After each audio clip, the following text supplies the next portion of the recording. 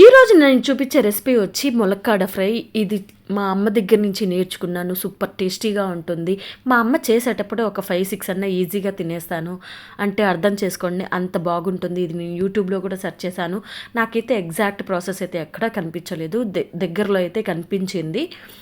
So మా అమ్మ చేసే ఈ ములక్కాడ ఫ్రై ఎలా ఉంటుందో ఒకసారి చూసేయండి. ఫస్ట్ ములక్కాడలు కట్ చేసుకొని కొద్దిగా సాల్ట్ వాటర్ పోసుకొని ఉడికించండి 100%.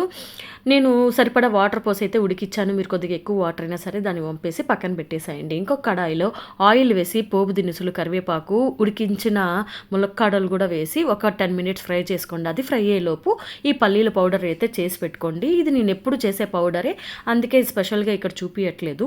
ఒక మిక్సీ జార్లో పల్లీలు, పుట్నాలు, ఎండుమిర్చి, సాల్ట్, వెల్లుల్లి వేసి గ్రైండ్ చేసి ఆ పొడినైతే ఇందులో వేసి ఫ్రై చేయండి పచ్చివాసన పోయేంత వరకు. సూపర్ టేస్టీగా ఉంటుంది. నచ్చితే సబ్స్క్రైబ్